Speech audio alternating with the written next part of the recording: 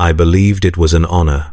That conviction sustained me through the ritual stripping of my Ultramarine's pauldron, through the somber procession across the Watch Fortress courtyard, beneath skies the color of bruised iron, through the moment when Chaplain Mortius pressed the obsidian aquila against my chest and whispered the vigil oath in a tongue I only half understood.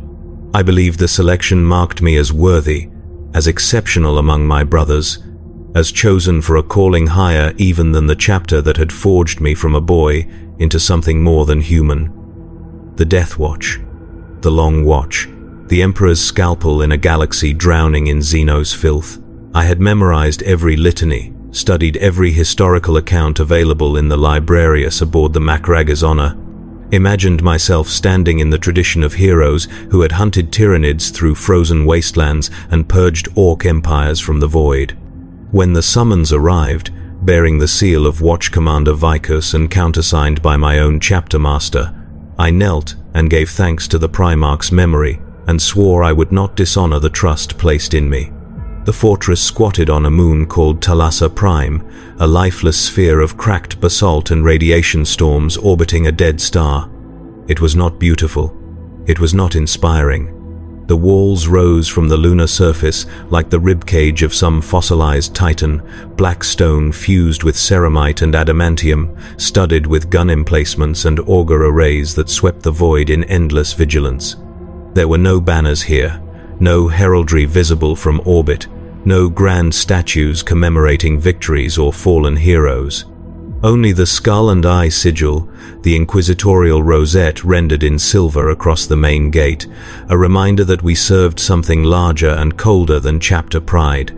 I descended from the Thunderhawk with 11 other aspirants, each drawn from different chapters, each wearing their colors for the last time. A blood angel, a space wolf, a dark angel who would not meet anyone's gaze, a storm warden, a black Templar whose knuckles were scarred from ritual flagellation, others whose heraldry I recognized only dimly. We did not speak. The wind across the lunar plain howled with a frequency that made my teeth ache, and the serfs who met us wore rebreathers and said nothing as they gestured us toward the fortress interior.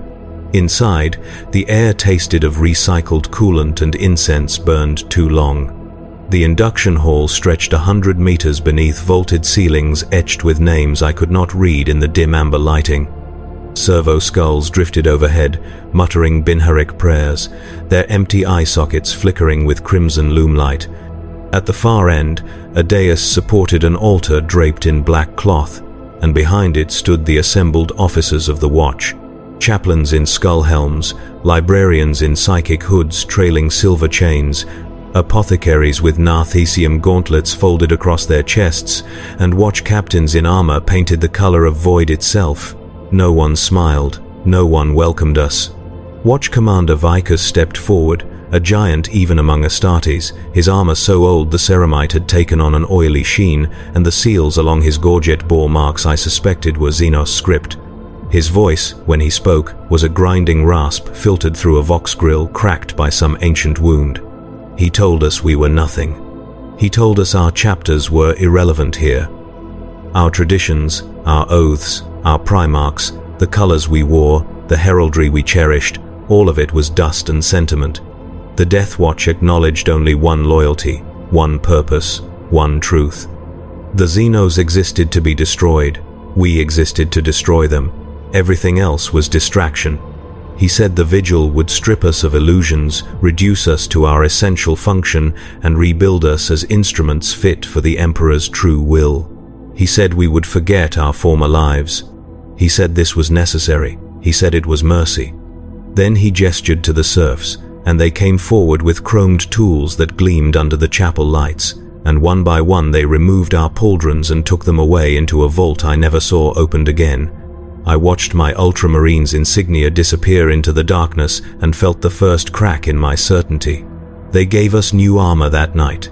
Black ceramite, unadorned except for the silver skull on the left pauldron and the inquisitorial rosette on the right. No personal heraldry, no squad markings, no oaths inscribed on the vambrace. The armor fit poorly at first, the autosenses calibrated for someone else, the interface sockets scraping against the neurological ports along my spine in ways that made my vision flicker. An apothecary with a white scar's topknot explained in clipped Gothic that the discomfort was intentional, a reminder that this war gear belonged not to us but to the Watch, and we were merely tenants of flesh permitted to wear it until death or discharge. He adjusted the gorget with a magno wrench, twisting until the seal hissed and my breathing became labored, then released it half a turn and told me that was how it should feel. Always a little too tight. Always a little too restrictive, so I would never forget I was bound. The first rotation began before dawn, though Thalassa Prime had no true dawn. We assembled in the kill team muster hall, a cavernous space, lit by strips of harsh white lumens that made shadows pool in the corners like spilled ink. There were 47 of us, divided into 7 kill teams by criteria no one explained. I was assigned to Team Obsidian, alongside the Blood Angel, the Space Wolf, a silver skull named Kovash, and a mentor whose name I never learned because he died on our 3rd deployment. Our watch sergeant was a Raven Guard called Vael, a thin-faced warrior with eyes like chips of slate and a voice so quiet I had to strain my autosenses to hear him during briefings. He told us our first target was an orc infestation on a mining colony called Grest, 17 days warp transit from Thalassa Prime, and that our objective was extermination without exception. No prisoners, no salvage, no glory, just killing until the Xenos stopped moving. I asked if there were colonists to evacuate. Vael looked at me as if I had spoken in Xenotong. He said the colonists were already dead, absorbed into the orc ecosystem as biomass and sport. He said asking irrelevant questions wasted the Emperor's time. Then he moved on to requisition protocols and engagement parameters, and I felt the eyes of my new brothers on me, judging, cataloging my mistake.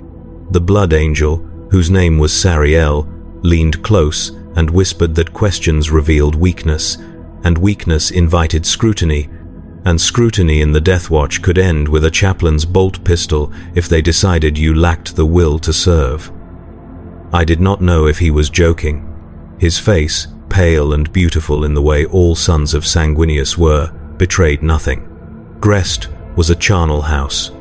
The orcs had been there for months, long enough to build crude fortifications from mine equipment and colonist bones, long enough to grow to the size where their Wa field generated a palpable pressure against my psychic wards, even though I possessed no psycho talent. We dropped in Corvus pattern gunships, 4 kill teams coordinated by Watch Captain Dren, who observed from orbit and issued terse commands through Vox channels saturated with interference. The plan was simple. Locate the war boss, kill it, watch the tribe collapse into infighting, purge the survivors. I had fought orcs before, on the eastern fringe during the Damocles Gulf campaigns, but never like this. The Death Watch doctrine was surgical, relentless, devoid of the heroic charges and bolter hymns I had known in the Ultramarines. We moved through the mining tunnels in absolute silence, using stummers and prey sight optics to avoid detection, killing sentries with knives and garrotes, leaving no bodies because Vael insisted greenskin corpses could spontaneously generate fungal spores if left intact. Every orc we killed, Kovash incinerated with a hand flamer, reducing them to ash and carbon scoring on the tunnel walls.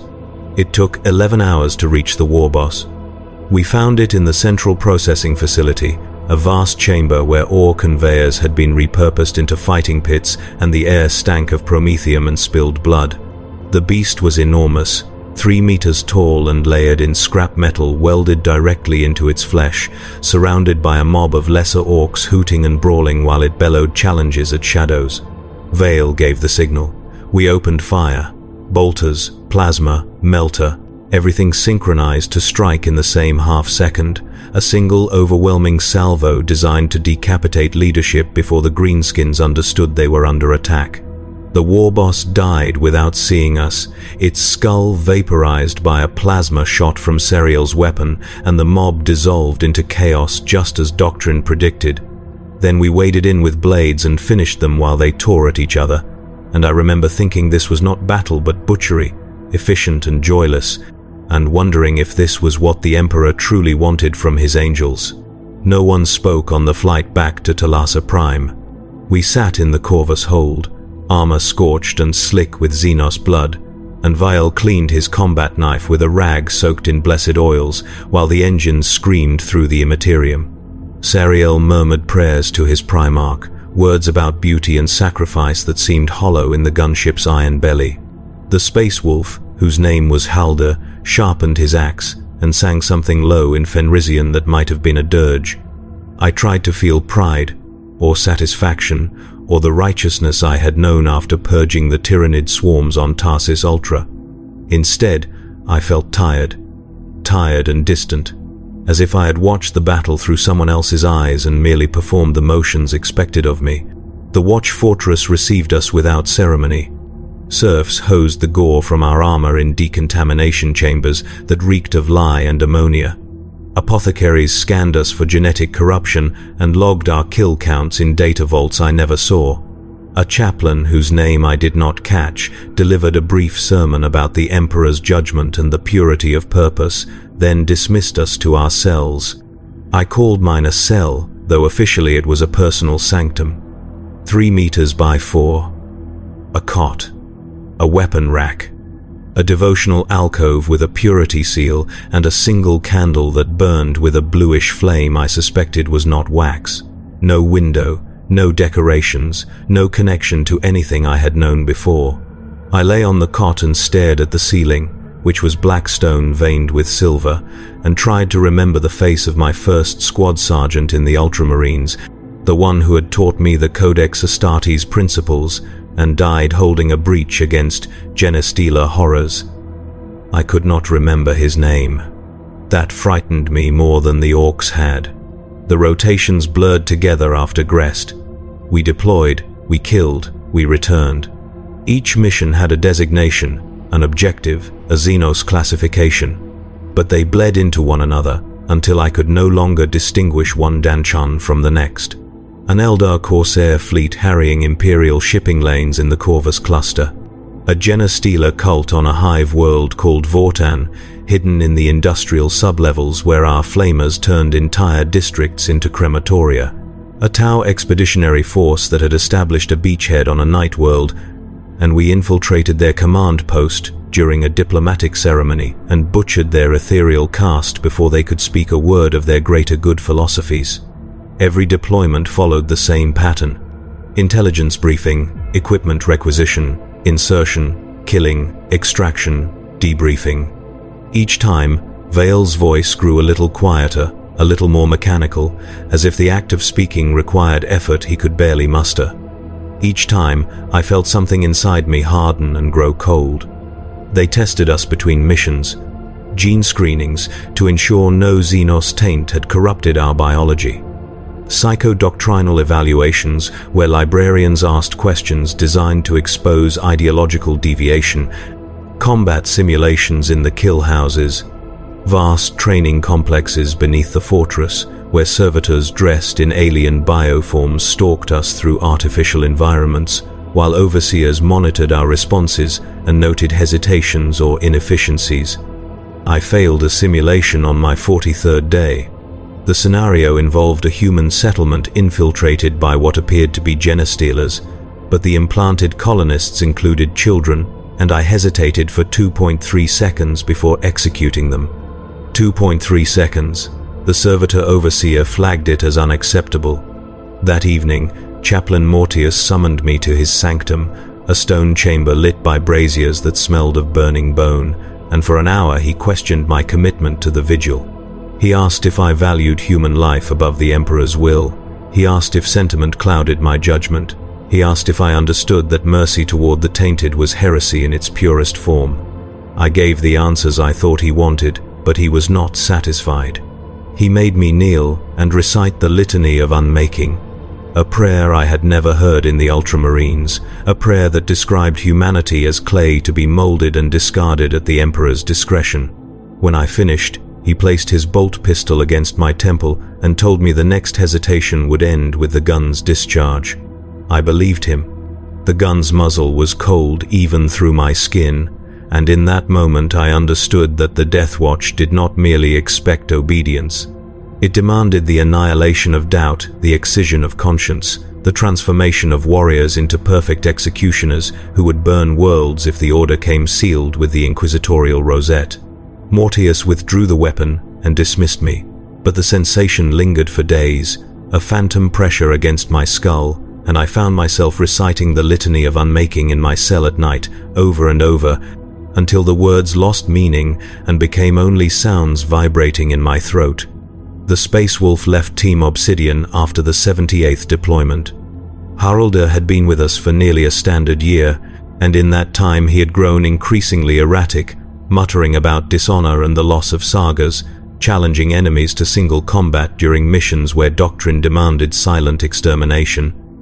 Vael reported him. The chaplains summoned him. He did not return. Later, Sariel told me he had seen Haraldur in the penitent cells, chained to a wall and subjected to hypno-indoctrination cycles designed to suppress his chapter's cultural conditioning. I asked if that was even possible, if the sagas and totems that defined the Volca Fenrica could simply be erased. Sariel shrugged and said the Death Watch had methods, technologies salvaged from the Dark Age, psychic techniques borrowed from the Inquisition's most ruthless Ordo Xenos agents. He said the fortress held secrets we would never fully understand, and it was better not to ask questions that might draw the wrong kind of attention. I stopped asking questions. Our new fifth member was a storm warden named Gaius, and he integrated seamlessly because he had no personality left to integrate.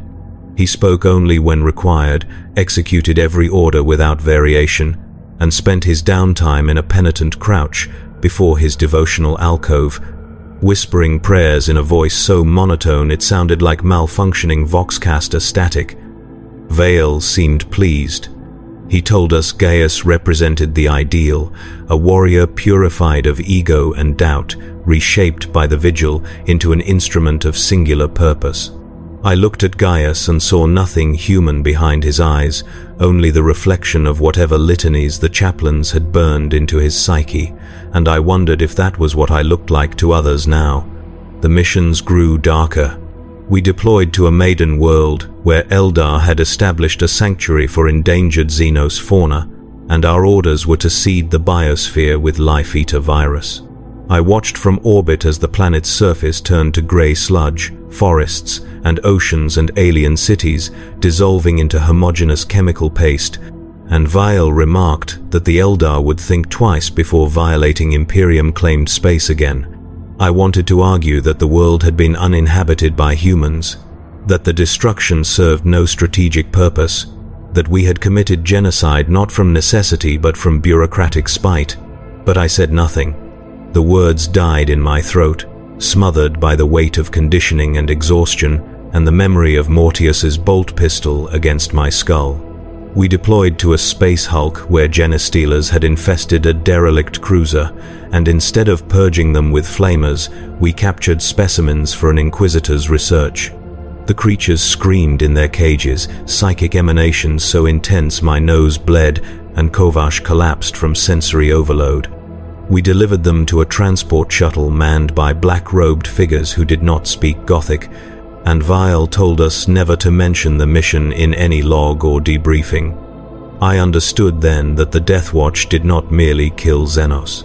It trafficked in their secrets, harvested their biology, collaborated with the very forces that should have been our enemies. The hypocrisy was staggering. But hypocrisy required a moral framework, and mine had been eroding for so long I could barely remember what principles I had once held. Sariel broke during our encounter with the Harlequins. We had been dispatched to intercept an Eldar Corsair raid on a Forge world, and the Harlequins appeared without warning, their movements too fast to track, their laughter echoing through the Vox as they cut down our support units. They did not kill us. They toyed with us. One of them, a figure in motley armor that shimmered like oil on water, danced around Sariel and whispered something in his ear. I do not know what it said, but Sariel screamed, a sound so raw and anguished it made my combat drugs spike in automatic response, and then he turned his plasma pistol on himself and fired. The shot vaporized his faceplate and everything behind it, reducing his head to superheated vapor and bone fragments. The Harlequin laughed and vanished into the webway before we could retaliate. Vale reported it as death in combat. The chaplains accepted the report without question. They gave me Serial's personal effects, a small wooden icon of Sanguinius carved with exquisite detail, and I placed it in my devotional alcove next to the candle. For 3 days, I stared at it and tried to understand why a warrior who had survived a century of service would choose annihilation over another moment of existence. Then I understood. He had seen something in himself, some final erosion of identity, and decided oblivion was preferable to becoming what the vigil demanded. I did not judge him. I envied his courage. The replacements came in steady rotation. Warriors arrived from their chapters with pride and determination and were ground down into compliance within weeks. Some adapted, some broke, some simply disappeared, and no one asked where they went. I learned not to remember their names. Attachment was a liability. Sentiment was weakness. I existed to kill, and everything else was extraneous data, cluttering my cognitive processes. This was what the fortress taught. This was what the rituals reinforced. This was what the chaplains whispered during the psycho-conditioning sessions that occurred with increasing frequency as my service extended beyond 2 years. They told me I was exceptional. Watch Captain Dren summoned me to his strategium, a chamber walled with tactical displays showing Xenos incursion patterns across a dozen sectors. He told me my kill count exceeded projections, my psychological evaluations showed optimal doctrinal alignment, and the Inquisition had specifically requested my participation in a long-term deep strike operation. He said I was being considered for elevation to Watch Sergeant, a recognition of my value to the Vigil. He said this as if it were an honor. I thanked him in a voice that sounded like mine, but felt borrowed from someone else. He dismissed me, and I returned to my cell and stared at Sariel's icon and wondered if the Blood Angel had heard similar words before the Harlequin broke whatever remained of his soul. The deep strike operation was codenamed Obsidian Shroud. Our target was a Tyranid splinter fleet, designated Hive Fleet Moloch, moving through the Ghoul stars toward densely populated Imperial sectors. Intelligence indicated the fleet possessed unusual behavioral patterns, suggesting synaptic innovation or hive mind experimentation, and our mission was to infiltrate a bioship, plant a virus bomb in the central ganglion, and escape before the detonation triggered a cascade failure across the fleet's neural network. The operation required a 6-member kill team, all veterans, all expendable. Vile would lead. I would serve as second. Kovash would provide tech support. The others were specialists I had never worked with, drawn from other teams and trained in xenobiological warfare. We had 2 weeks to prepare. The preparation was meticulous. We studied Tyranid physiology until I could recite the cellular structure of a Carnifex's carapace in my sleep. We drilled insertion protocols in void environments, practicing zero-gravity combat in the fortress's training spheres until our movements became muscle memory.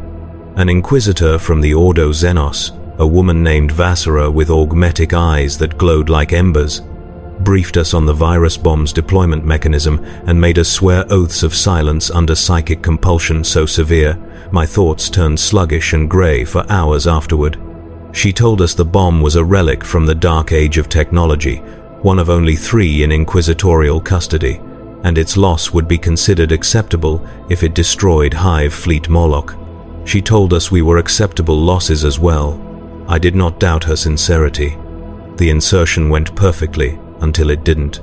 We breached the bioship's hull using melter charges and infiltrated through a capillary passage slick with Tyranid biofluids that burned through our armor's outer ceramite layer.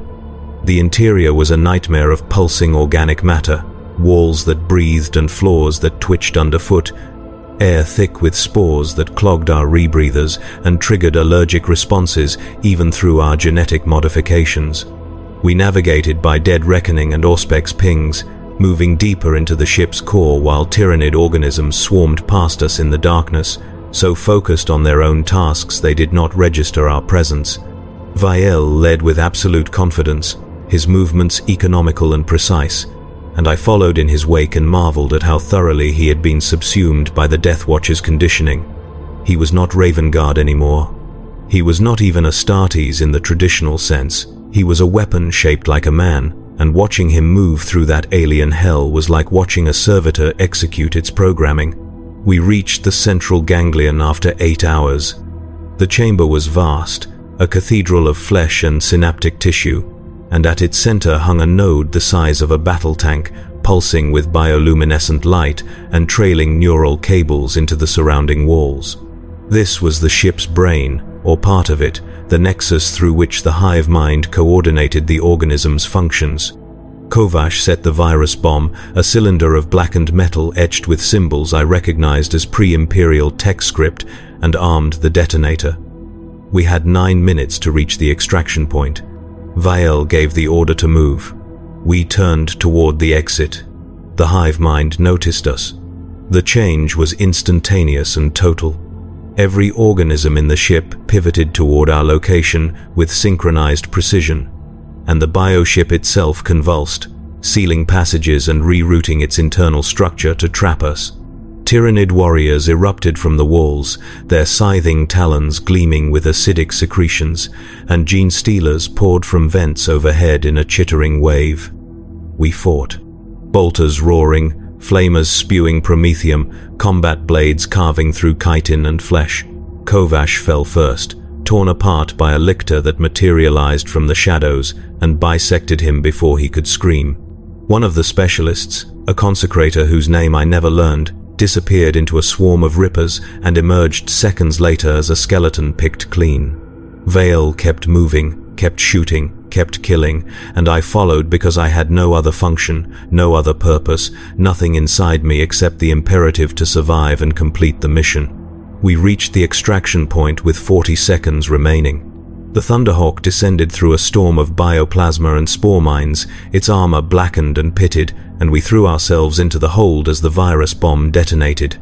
The explosion was silent in the void but visible as a pulse of sickly green light that spread through the bioship structure, unraveling it from the inside as the virus consumed synaptic tissue and converted it into inert biomass.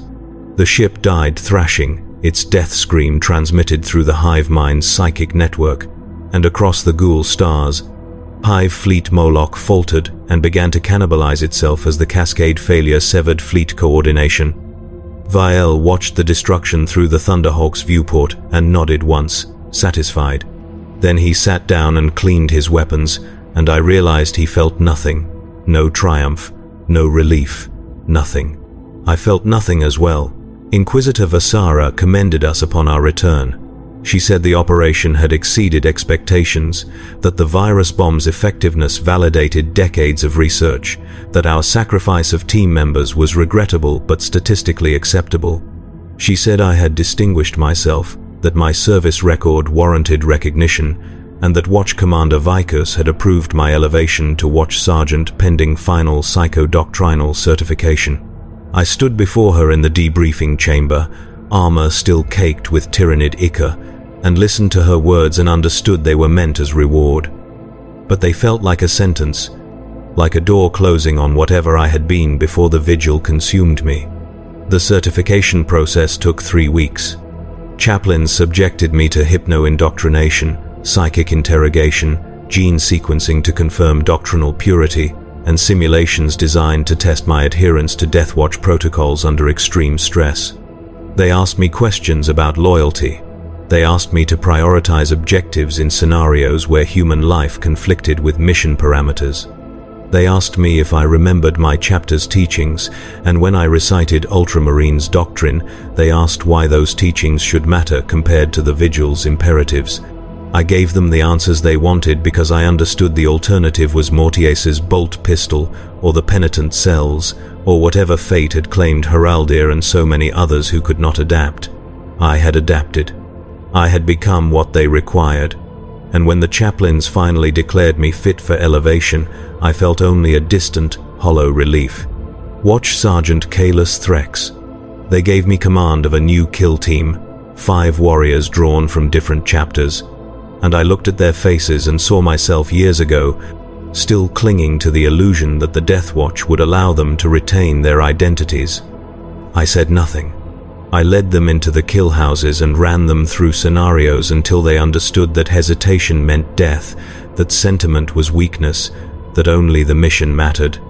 I spoke in Vale's voice, or what I remembered of it, quiet and mechanical and devoid of warmth.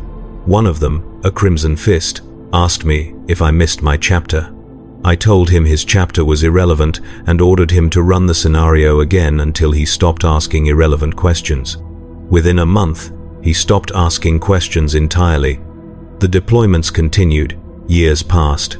I lost count of the kills, the worlds, the Xenos species catalogued and exterminated. Orcs, Eldar, Tau, Tyranids, Dark Eldar raiding parties, Hrud migrations, Rangdan remnants uncovered in abandoned sectors, each one a threat to be neutralized, a target to be eliminated, a mission to be completed with maximum efficiency and minimum risk. My kill team changed composition as warriors died or were reassigned, but I remained constant, the still point around which the Vigil's machinery rotated. I was good at what I did. The Inquisition requested my teams for high-priority operations. Watch Commander Vicus cited me in strategic briefings.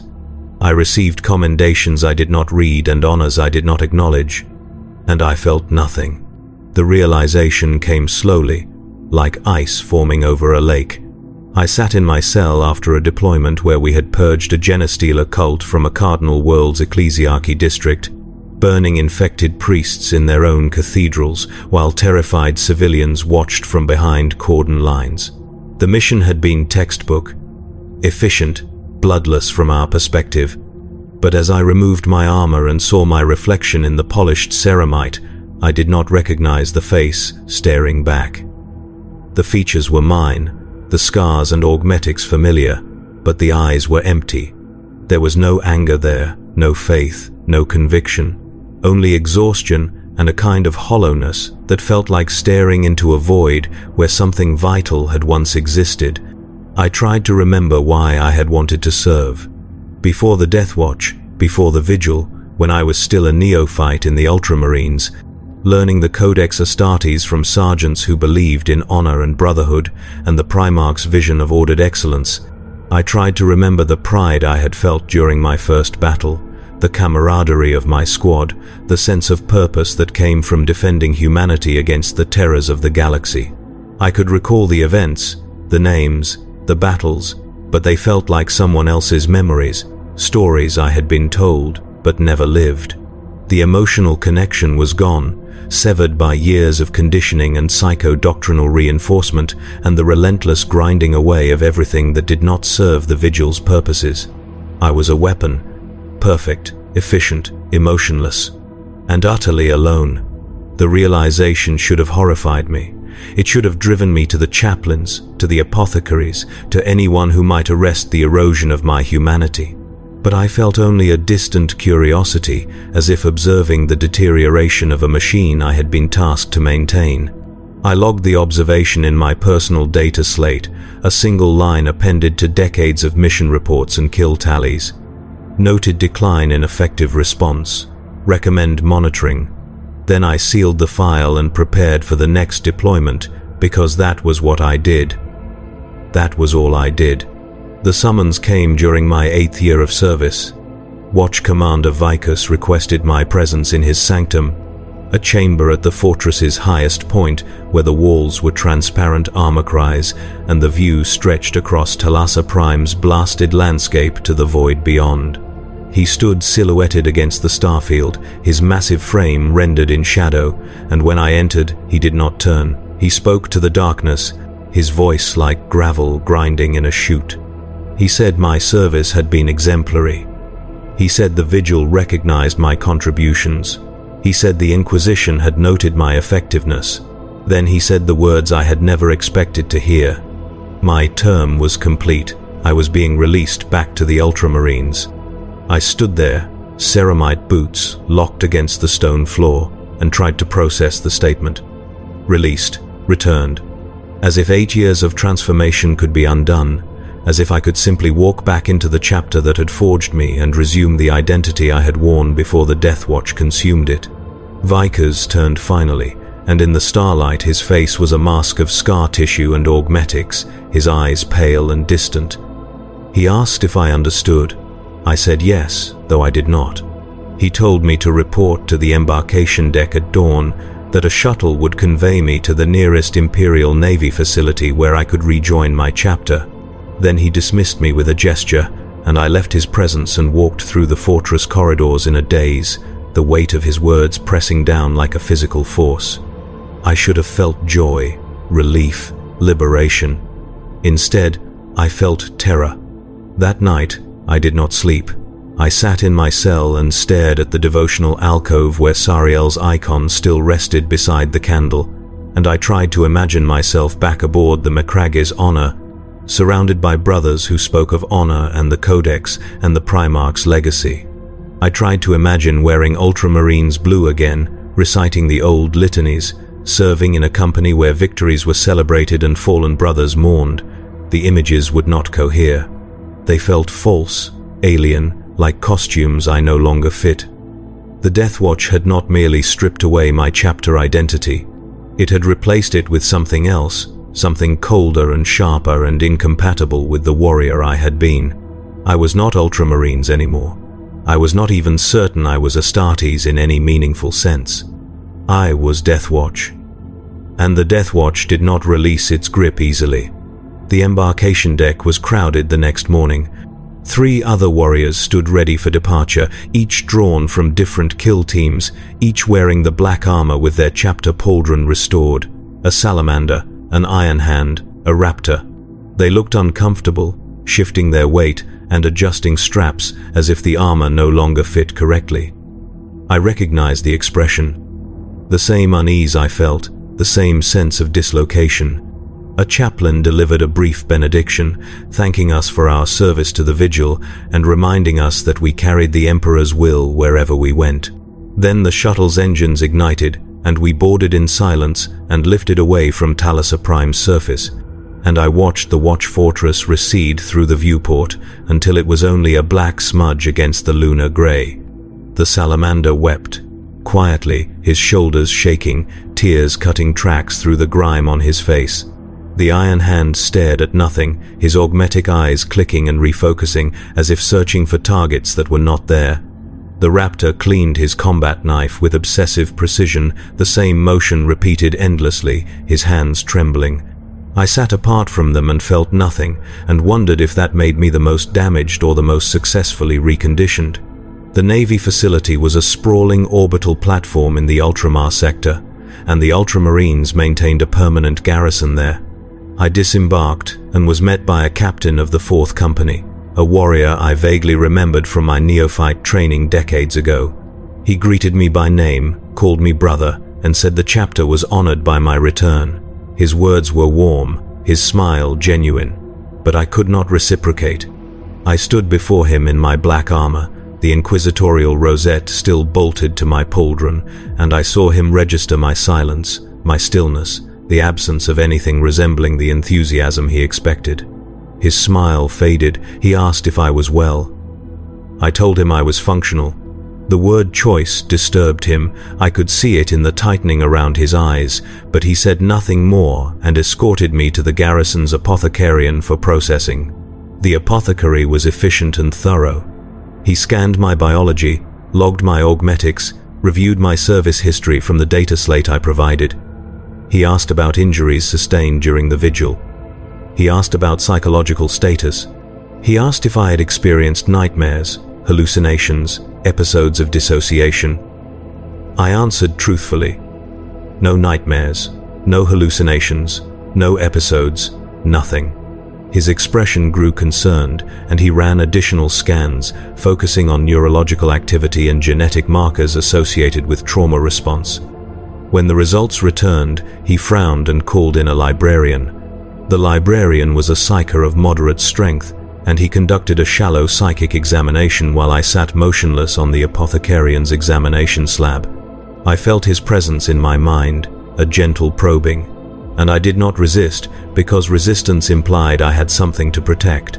He withdrew after several minutes and conferred with the apothecary in low tones I could hear perfectly through my enhanced auditory cortex. They were discussing effective blunting, psycho-doctrinal scarring, potential gene seed corruption. The librarian suggested isolation and observation. The apothecary agreed. They told me I would be quartered separately from the main garrison while they assessed my reintegration potential. I spent 6 weeks in isolation. A small chamber with a cot, a desk, a single viewport overlooking the void. Apothecaries visited daily, conducting tests and asking questions I answered in monotone. Chaplains arrived periodically, delivering sermons about the Primarch's teachings and the glory of the Ultramarines' legacy. I listened without response. They asked me to recite the Codex Astartes. I recited passages flawlessly, my memory perfect, but the words were empty sounds, devoid of the conviction they were meant to carry. They asked me about my faith in the Emperor. I told them I had faith in the mission. They asked what mission. I said the mission to eliminate Xenos threats. They asked if I understood that the Ultramarines served broader purposes, that we defended the Imperium not merely through killing but through governance, diplomacy, reconstruction. I said I understood intellectually but did not feel the distinction mattered. That answer ended the isolation. The chapter master summoned me personally. Marneus Calgar, Lord Macragge, the greatest living son of Guilliman. I knelt before him in the garrison's chapel, a space adorned with banners and relics and the statues of heroes whose names I had once memorized with reverence. Calgar stood before the altar, his power fists, gauntlets of Ultramar resting on his hips, his face stern and weathered. He asked me to rise. I rose. He studied me for a long moment, his gaze penetrating, and I met it without flinching because I had stood before Inquisitors and Xenos horrors and the void itself, and even the Lord Macragge could not unsettle something that no longer possessed the capacity for unease. He asked what the Death Watch had done to me. I told him they had made me effective. He asked if I remembered why I became an Ultramarines. I told him I remembered the events but not the emotions. He asked if I wanted to serve the chapter again. I told him I wanted to serve. The chapter was irrelevant. His expression hardened, and I realized I had crossed some invisible line, violated some principle so fundamental he could not comprehend how I had forgotten it. He told me the Ultramarines were not merely a military formation. They were a brotherhood bound by shared values, by loyalty to the Primarch's vision, by a commitment to humanity's future that transcended simple warfare. He told me that effectiveness without purpose was servitude, and servitude was unworthy of the Emperor's angels. He told me I had forgotten what it meant to be Astartes. I told him the Death Watch had taught me what it meant to be Astartes. The silence that followed was absolute. Calgar stared at me as if I had spoken heresy, and perhaps I had. Then he sighed, a sound of profound weariness, and told me he could not allow me to serve in the chapter while my conditioning remained unbroken. He said I would be transferred to the Apothecarian on Macragge, where specialists would attempt to reverse the psychodoctrinal damage. He said it might take years. He said it might fail. He said if it failed, I would be permanently assigned to solitary duties where my lack of effective response would not endanger the Brotherhood. Then he dismissed me, and I left his presence understanding that I had been judged and found wanting, not because I lacked skill or courage, but because I lacked humanity. Macragge was beautiful in ways I could no longer appreciate. The fortress of Hera rose from azure seas beneath skies the color of sapphires, and the cities sprawled across the continents in ordered perfection, monuments to the Primarch's vision of civilization. I arrived in a transport shuttle and was escorted to the Apothecarian's isolation wing, a facility built into the fortress's substructure where the walls were white stone and the air smelled of antiseptic and Medicae incense.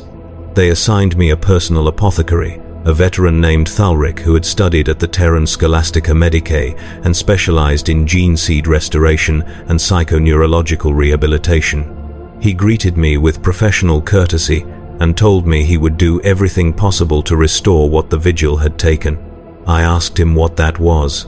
He said my soul. I told him I was not certain I had ever possessed one. He looked at me with something approaching pity, and for the first time in years, I felt a flicker of something that might have been shame. It died quickly, smothered by the weight of conditioning and exhaustion, but its brief existence disturbed me more than anything I had experienced in the Death Watch.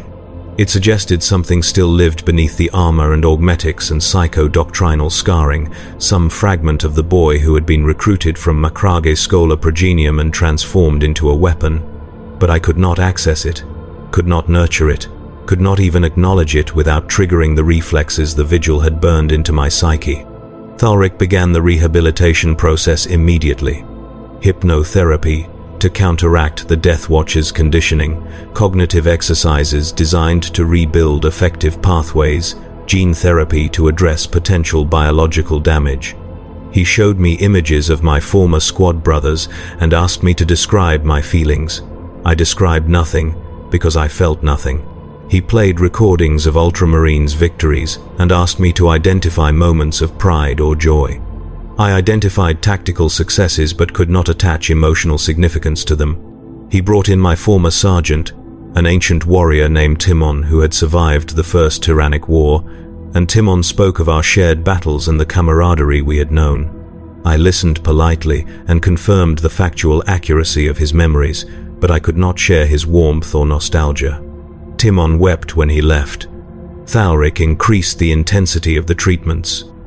He administered neurological stimulants designed to enhance emotional response, subjected me to psychic therapy sessions with librarians who attempted to bypass my conscious defenses and access suppressed memories, even experimented with gene sequencing modifications intended to reverse potential Death Watch-induced mutations.